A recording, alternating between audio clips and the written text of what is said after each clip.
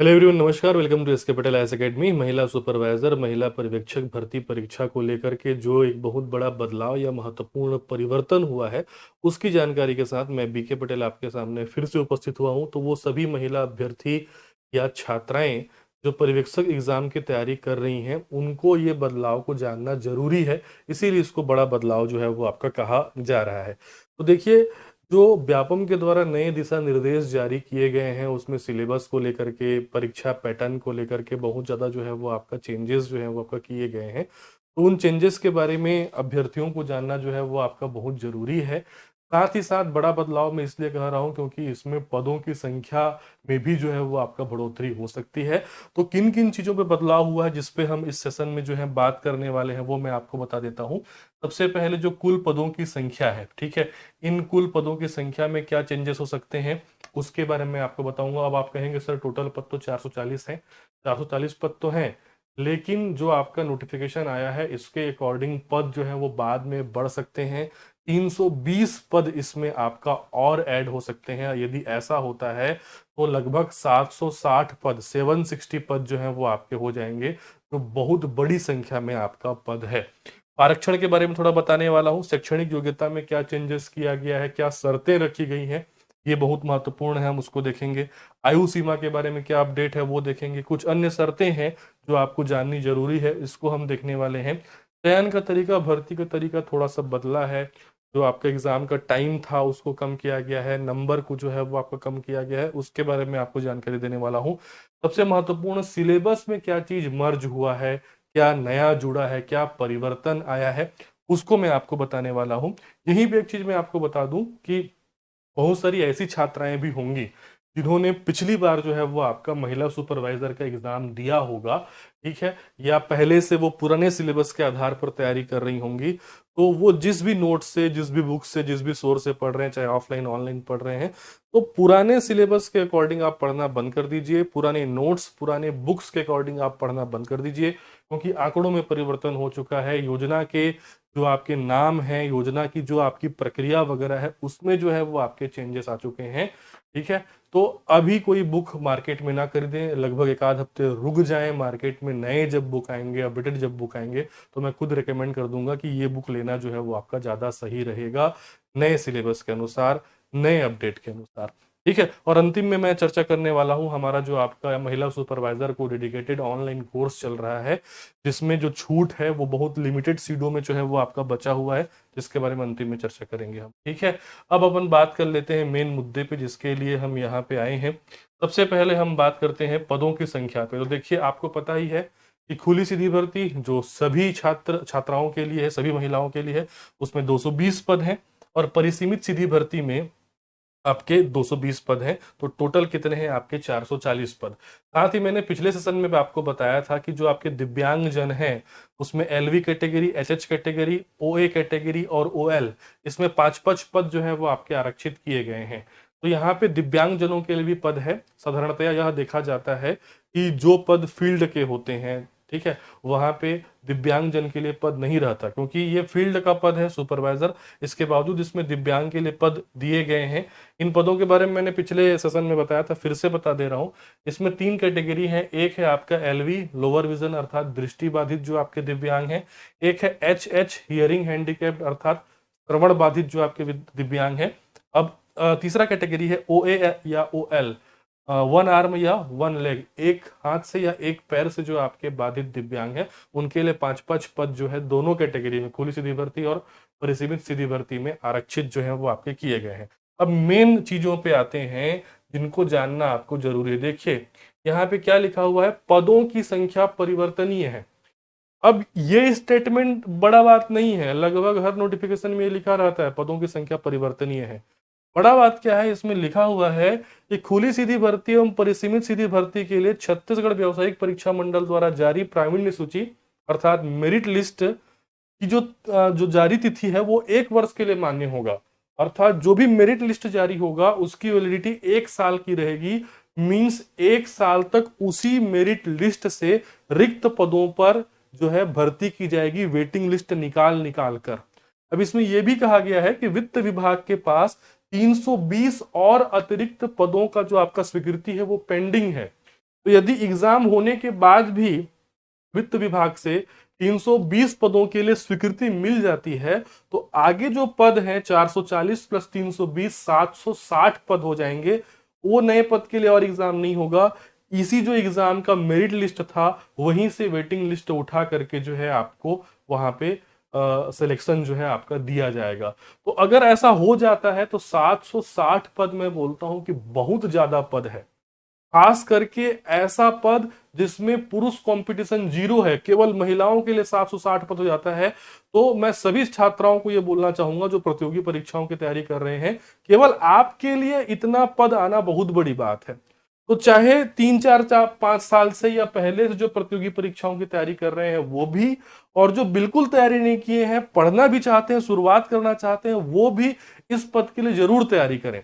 अब इसमें से बहुत सारे लोगों का ये रहता है कि सर सिलेबस एकदम नया है, महिला बाल विकास विभाग की योजनाएं हैं, कार्यक्रम है, बहुत कठिन है, कैसे पढ़ें। तो यही तो ये बेनिफिट है, ये प्लस पॉइंट है। जहां पे सिलेबस एकदम नया होता है ना, वहां पे कंपटीशन सभी के लिए बराबर है। अगर कोई छात्रा है जो आज की तिथि में पढ़ना चालू करती है और कोई छात्रा है जो 3 साल पहले से पढ़ रही है, दोनों बराबर हैं, क्योंकि दोनों के लिए सिलेबस नया है। वो तो ऐसा नहीं है कि 3 4 साल से उस सिलेबस को पढ़ रही होगी, वो भी पहली बार पढ़ेगी, और जो फ्रेशर है वो भी पहली बार पढ़ेगी। तो यहाँ पे जो मेन कंपटीशन है ना, वो इस 2 महीने के बीच का है, कि जो भी तैयारी करने के लिए 1.5 2 महीने का समय आपको मिलेगा, उसमें आप अपना 100% देते हैं, अच्छे से तैयारी करते हैं या नहीं, वो डिपेंड करेगा आपके सिलेक्शन पे। ठीक है, कभी भी आप नए सिलेबस को देख करके हथियार मत डालिएगा। नया सिलेबस जो है वो प्लस पॉइंट रहता है, वो सभी के लिए बराबर रहता है और उतना भी कठिन नहीं है। समझ समझ का फेर है, थोड़ा सा आपका पढ़ने समझाने के तरीके में जो है आपका हो सकता है, खुद के पढ़ने के तरीके में बदलाव करके आप पढ़ सकते हैं। बाकी आप हथियार डालेंगे वो गलत बात है। ये बहुत अच्छा मौका है, इतना बड़ा पद केवल महिलाओं के लिए आना जो है वो आपका दोबारा कब आएगा पता नहीं।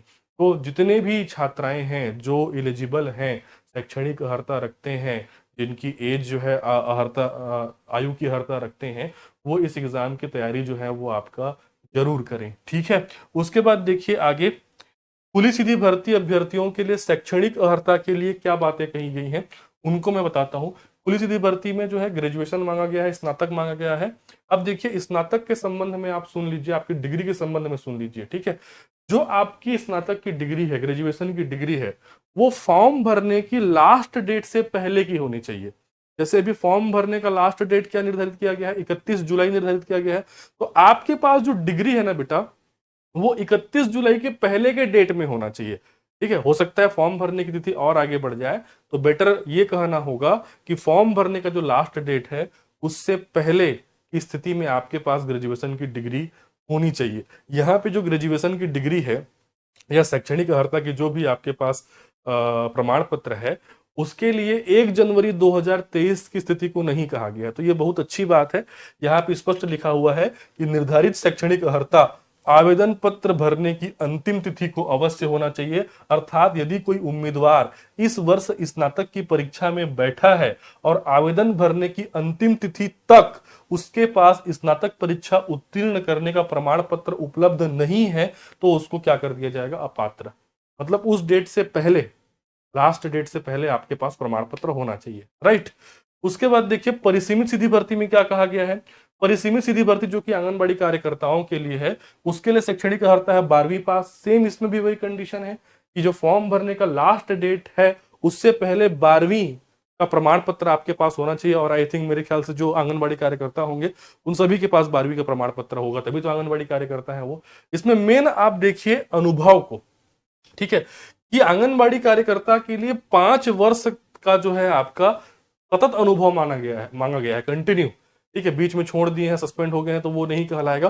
कंटिन्यू 5 साल का अनुभव आपके पास होना चाहिए। अब अनुभव की गणना किस डेट पे की जाएगी, तो अनुभव की गणना 1 जनवरी 2023 की स्थिति में की जाएगी। ध्यान रखिएगा, आपके पास जो डिग्री है वो फॉर्म भरने के लास्ट डेट से पहले का मांगा गया है, लेकिन जो अनुभव है बेटा वो 1 जनवरी 2023 की स्थिति में होना चाहिए। अर्थात 1 जनवरी 2023 की स्थिति में आपको आंगनबाड़ी कार्यकर्ता के पद पर कार्य करते हुए 5 साल हो जाना चाहिए, तब इसके लिए आप क्या होंगे, आपका पात्र होंगे। अब आंगनबाड़ी कार्यकर्ताओं के लिए एक महत्वपूर्ण चीज मैं आपको और बता दूं, जैसे कोई आंगनबाड़ी कार्यकर्ता है जो 12वीं पास है और 5 साल तक जो है, मतलब 1 जनवरी 2023 की स्थिति में वो 5 साल तक आंगनबाड़ी कार्यकर्ता के पद पर थी और उसने ग्रेजुएशन भी कर लिया है, तो वो खुली सीधी भर्ती में भी भर सकती है। परिसीमित के लिए तो पात्र है ही, वो खुली सीधी भर्ती में भी भर सकती है। ठीक है। अब दूसरा कंडीशन, कोई आंगनबाड़ी कार्यकर्ता है जो आपका 12वीं पास है, ठीक है, साथ में वो ग्रेजुएशन कर चुकी है, लेकिन उसका जो आपका आंगनबाड़ी कार्यकर्ता पर रहते हुए 5 साल नहीं हुआ है, तो ऐसी जो आपका आंगनबाड़ी कार्यकर्ता है वो खुली सीधी भर्ती में भर सकती है, क्योंकि उसके पास ग्रेजुएशन तो कम से कम है ना, भले 5 वर्ष का अनुभव नहीं है तो वो खुली सीधी भर्ती में भर सकती है। आई बात समझ में? ठीक है। अब देखिए और महत्वपूर्ण चीज बता रहा हूं जो कि है आपका आयु सीमा। खुली सीधी भर्ती के लिए जिसमें सभी महिलाएं जो हैं आपका एग्जाम दे सकते हैं जिनके पास ग्रेजुएशन है, उनके लिए जो मिनिमम एज है वो है 21 वर्ष। ठीक है। न्यूनतम जो आपका आयु है वो है कितना, आपका 21 वर्ष, और अधिकतम आयु है आपका 40 वर्ष। इसमें भी अनुसूचित जाति, जनजाति, अन्य पिछड़ा वर्ग महिलाओं के लिए 5 वर्ष का और रिलैक्सेशन दिया जाता है। मतलब मैक्सिमम जो एज लिमिट हो जाती है वो हो जाती है 45 वर्ष।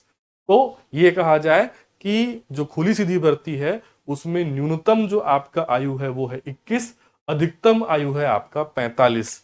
लेकिन जो परिसीमित सीधी भर्ती है, ठीक है, परिसीमित सीधी भर्ती की अगर हम बात करें तो परिसीमित सीधी भर्ती में न्यूनतम सीमा जो है, आयु सीमा, वो है 25 वर्ष। मतलब जो आंगनबाड़ी कार्यकर्ता है उनके लिए न्यूनतम जो आपका एज होगा वो 25 वर्ष होना चाहिए, और अधिकतम इनके लिए भी क्या है, आपका 45 है। अब ये एज काउंट किस स्थिति पे होगा, तो एज काउंट बेटा 1 जनवरी 2023 की स्थिति में होगा। कहने का मतलब यदि कोई छात्रा 1 जनवरी 2023 की स्थिति में या 1 जनवरी 2023 के डेट या उससे पहले 21 साल की है तो वो उसके लिए पात्र होगी। अब आप बोलोगे सर मैं मार्च में 21 साल की हुई हूं, अप्रैल में हुई हूं, या अभी जुलाई में 21 साल की हुई हूं, तो बेटा आप अपात्र हैं। आपको 21 साल तब की स्थिति में हो जाना चाहिए, 1 जनवरी 2023 की स्थिति में होना चाहिए। ठीक है। अधिकतम आयु सीमा भी वहीं पे आपका रखा गया है कि भाई 1 जनवरी 2023 की स्थिति में आपकी उम्र 45 से अधिक नहीं होनी चाहिए। सेम परिसीमित के लिए भी अगर आप आंगनबाड़ी कार्यकर्ता हैं तो 1 जनवरी 2023 की स्थिति में आपकी न्यूनतम आयु जो है वो 25 वर्ष होनी चाहिए। ठीक है। तो याद रखेंगे, केवल जो शैक्षणिक अर्हता है ना, उसी में ये कहा गया है कि शैक्षणिक जो डिग्री है वो एग्जाम फॉर्म भरने के लास्ट डेट का पहले का होना चाहिए। उसके बाद चाहे अनुभव संबंधी हो चाहे आपका आयु संबंधी हो, वो मांगा गया है 1 जनवरी 2023 की स्थिति। राइट। ये भी समझ में आया आपको। कुछ अन्य प्रमुख शर्तें हैं वो भी देख लीजिए आप, कि आवेदिका को छत्तीसगढ़ राज्य का मूल निवासी होना अनिवार्य है। मेरे पास बहुत सारा मैसेज आता है कि सर मैं यूपी से हूं, क्या फॉर्म डाल सकती हूं, मैं एमपी से हूं, क्या मैं फॉर्म डाल सकती हूं। तो यहाँ पे स्पष्ट लिख दिया गया है कि छत्तीसगढ़ का मूल निवासी होना जरूरी है। तो बाहरी राज्यों को जो है, बाहरी राज्य के जो आपके महिला अभ्यर्थी हैं वो इसके लिए क्या है, आपके अपात्र हैं। ठीक है। केवल महिला अभ्यर्थी पात्र होंगी, जाहिर सी बात है। एक महत्वपूर्ण यहाँ पे पॉइंट आप ध्यान रखिएगा जिसको मैंने एनोटेट किया हुआ है, कोई भी उम्मीदवार जिसने विवाह के लिए निर्धारित न्यूनतम आयु से पहले विवाह कर लिया है वो नियुक्ति के लिए पात्र नहीं होगा। मतलब महिलाओं के लिए विवाह की न्यूनतम आयु भारत में 18 वर्ष है, उससे पहले किसी ने अगर विवाह किया है जो कि बाल विवाह की श्रेणी में आता है तो वो क्या होंगे, आपके अपात्र होंगे। आगे बढ़ते हैं। ठीक है। और चयन प्रक्रिया के बारे में क्या कहा गया है, थोड़ा सा अपडेट इसके बारे में देख लेते हैं। एग्जाम कौन कंडक्ट कर रहा है, व्यापम कंडक्ट कर रहा है, लिखित परीक्षा होगा। लिखित का मतलब ऐसा नहीं है बेटा कि आपको रिटर्न लिखना है, ऑब्जेक्टिव एग्जाम है, गोला घेरना है, लिखित का मतलब यही है। ठीक है। दूसरी बात इसमें क्या लिखी गई है कि जो खुली सीधी भर्ती है जो सभी के लिए है, और जो आपका परिसीमित सीधी भर्ती है जो कि आंगनबाड़ी कार्यकर्ताओं के लिए है, इन दोनों का पेपर अलग अलग होगा, अलग अलग पाली में। मॉर्निंग शिफ्ट, इवनिंग शिफ्ट ऐसा होगा। एक पाली में खुली सीधी भर्ती का पेपर होगा, फिर सेकेंड पाली या हो सकता है पहली पाली जो भी हो, तो एक पाली में खुली सीधी भर्ती का और दूसरी पाली में परिसीमित सीधी भर्ती का पेपर होगा। दोनों के अलग अलग पेपर हैं। रीजन ये है क्योंकि दोनों के पेपर में जो आपका नंबर का विभाजन है वो आपका अलग अलग है, इसीलिए अलग अलग पेपर होंगे। ठीक है। इनके मेरिट लिस्ट भी अलग अलग जारी किए जाएंगे, ये भी याद रखना। ठीक है, दोनों के। अब हम बात कर लेते हैं, एक महत्वपूर्ण और चीज लिखा हुआ है कि चयन के लिए केवल लिखित परीक्षा, मतलब वही ऑब्जेक्टिव एग्जाम होगा, सीधा मेरिट लिस्ट से आपका सिलेक्शन होगा, कोई भी इंटरव्यू साक्षात्कार वगैरह नहीं लिया जाएगा। अब आप जिसका वेट कर रहे हैं हम वहां पे पहुंच जाते हैं कि भाई सिलेबस में क्या बदलाव हुआ है। ठीक है, तो सिलेबस में जो आपका बदलाव हुआ है वो ज्यादा बड़ा तो नहीं है लेकिन महत्वपूर्ण है। इसीलिए मैंने शुरुआत में कह दिया था कि पुराना नोट्स, पुराना बुक को स्टडी मत करना। ठीक है, अब देखिए सिलेबस पे डिटेल में जाने से पहले कुछ चीजें मैं आपको बता दूं जो बदल गई हैं। सबसे पहले तो जो समय है एग्जाम का, जो आपका ड्यूरेशन है वो 3 घंटे से 2 घंटे कर दिया गया है। ठीक है, पहले 3 घंटे समय दिया जा रहा था, इससे पहले जो भर्ती हुई थी उसमें, अभी 2 घंटे समय दिया जाएगा आपको। प्रश्नों की संख्या पहले भी 100 थी, अभी भी 100 है।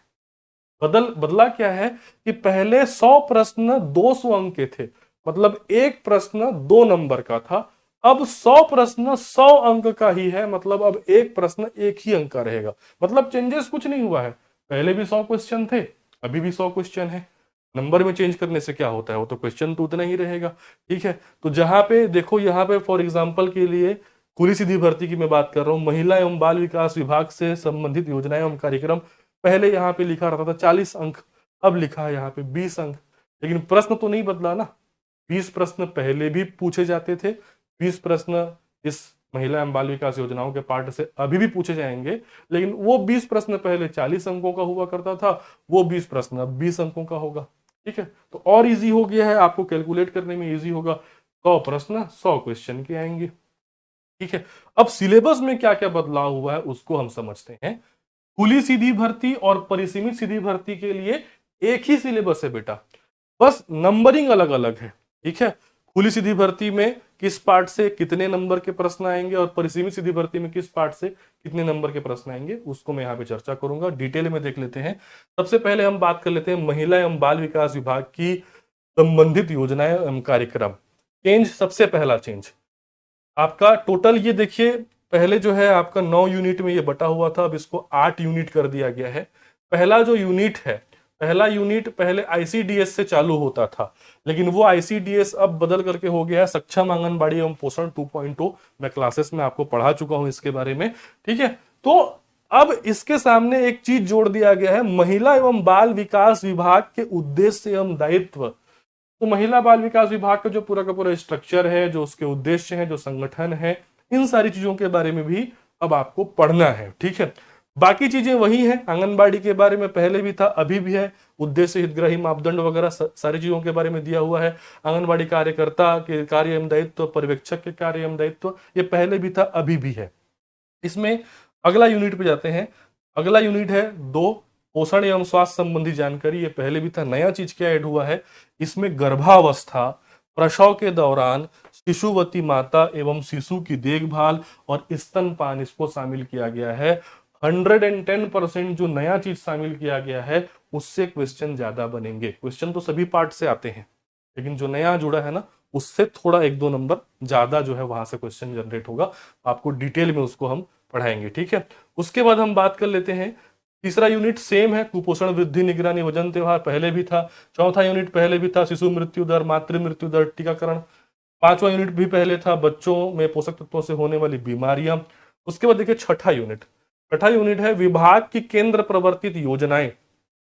अब विभाग की केंद्र प्रवर्तित योजनाएं जो है बदली नहीं है, बस जो टुकड़े टुकड़े में अलग अलग योजना थी बेटा, उनको मर्ज करके एक अम्ब्रेला योजना बना दिया गया है। जैसे कि यहाँ पे लिखा हुआ मिशन शक्ति, अब मिशन शक्ति के अंतर्गत ही प्रधानमंत्री मातृ वंदना योजना, महिला सशक्तिकरण केंद्र, शक्ति सदन, सखी निवास, इसको पहले सिलेबस में क्या था, अलग अलग था।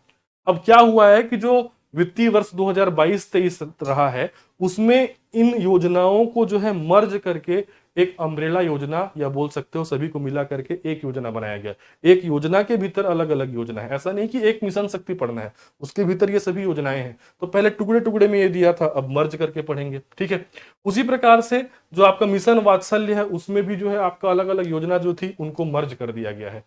तो सिलेबस इसमें लगभग सेम है, बस जो इस सत्र में 2022-23 में बदलाव हुआ ना, जो मिशन शक्ति आपका अम्ब्रेला योजना लॉन्च किया गया, जो मिशन वात्सल्य अम्ब्रेला योजना लॉन्च, अम्ब्रेला योजना मतलब क्या होता है, जब 4-5 या अधिक एक से अधिक योजनाओं को जोड़ करके एक सामूहिक योजना जब बनाया जाता है, एक योजना के भीतर उनको जब चलाया जाता है तो उसको अम्ब्रेला योजना कहते हैं। एक अम्ब्रेला मतलब एक छाता के नीचे वो योजनाएं चल रही हैं। ठीक है, तो बदलाव तो हुआ है, इसको थोड़ा सा अपडेट करके आपको पढ़ना पड़ेगा। उसके बाद देखिए विभाग के राज्य मद की योजनाएं, इसमें चेंजेस ज्यादा नहीं हुआ है, मतलब पुराने सिलेबस हैं, नए जुड़े हैं। वही देखिए आपका मुख्यमंत्री बाल विवाह सुचिता योजना, कन्यादान योजना, नूनी सुरक्षा योजना, वो सब है। नया क्या ऐड हुआ है इसमें, इसमें प्रारंभिक बाल्यावस्था देख रेख एवं शिक्षा ये ऐड हुआ है। साथ ही साथ दिशा दर्शन एवं भ्रमण कार्यक्रम को जो है इसमें आपका ऐड किया गया है। तो बदला नहीं है, उल्टा क्या हो गया है, इसमें ऐड किया गया है। ठीक है, 8वां यूनिट महिला एवं बच्चों संबंधित कानूनी प्रावधान, इसमें बदलाव नहीं हुए हैं। जो पहले आपके 8-9 एक्ट थे, उन्हीं 8-9 एक्ट को जो है वो आपका डाला गया है। ठीक है, तो सिलेबस में बदलाव की जगह सिलेबस में नए चीज क्या किए गए हैं, ऐड किए गए हैं। तो जो नए चीज ऐड हुए हैं ना, वहां से मैं कह रहा हूं ज्यादा प्रश्न बनेगा। ठीक है, अब ये टॉपिक जो है, इसके बाद हम बाकी में जाते हैं। सामान्य मानसिक योग्यता, ठीक है, और सामान्य ज्ञान चेंजेस नहीं हुआ है, बस जो पहले सिलेबस छोटा दिख रहा था हल्का सा बड़ा दिखेगा। सामान्य हिंदी छत्तीसगढ़ी भाषा का ज्ञान सिलेबस में चेंजेस नहीं हुआ है। जनरल इंग्लिश, सामान्य गणित, बस थोड़ा 2-3 टॉपिक एक्स्ट्रा इसमें आपको देखने को मिलेगा। मैं पहले भी बताया था कि सिलेबस छोटा दिख रहा है लेकिन पूछेगा कहीं से भी। छत्तीसगढ़ लिख दिया मतलब छत्तीसगढ़ के किसी भी कोने से आपको प्रश्न दाग सकता है। हिंदी ग्रामर लिख दिया मतलब जरूरी नहीं कि इसमें जो टॉपिक लिखा है वहीं से आए। हिंदी ग्रामर मतलब कहीं से भी वो पूछ देगा। इंग्लिश ग्रामर, गणित मतलब कहीं से भी इंग्लिश के गणित के वो पूछ देगा। ठीक है, तो सिलेबस केवल और केवल आपके आकलन के लिए रहता है। ठीक है, अब इसमें देखिए क्या है, जो परिसीमित सीधी भर्ती है उसके सिलेबस में क्या चेंजेस हुए हैं, जो मैंने पहले चेंजेस बताया वही चेंजेस हुए हैं। बस बदला क्या है, बदला है तो नए नए जो कुछ योजनाएं हैं उनको जो है आपका नए नए टॉपिक है उनको ऐड किया गया है। नंबरिंग में बदलाव नहीं हुआ है, बस पहले क्या है 100 क्वेश्चन 200 नंबर के थे, अब 100 क्वेश्चन 100 नंबर के हैं। उदाहरण के लिए जैसे महिला एवं बाल विकास विभाग की योजनाएं, खुली भर्ती में वो कितना आपका अंक था 40 अंक का, अब हो गया है 20 अंक का। परिसीमित भर्ती में ये कितना अंक का था 120 अंक का, अब हो गया है 60 अंक का, क्योंकि अंक जस्ट आधा कर दिया गया है। बाकी क्वेश्चन उतना ही रहेगा, पढ़ने की रणनीति भी वही रहेगी।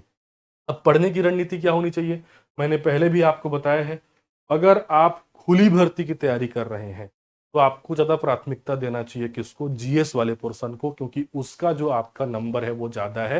फिर प्राथमिकता या बराबर प्राथमिकता देना चाहिए आपको महिला एवं बाल विकास विभाग की योजनाओं को। ठीक है, प्राथमिकता क्रम में इसे रखें, बाकी विषय को आप अपने अनुसार पढ़ सकते हैं।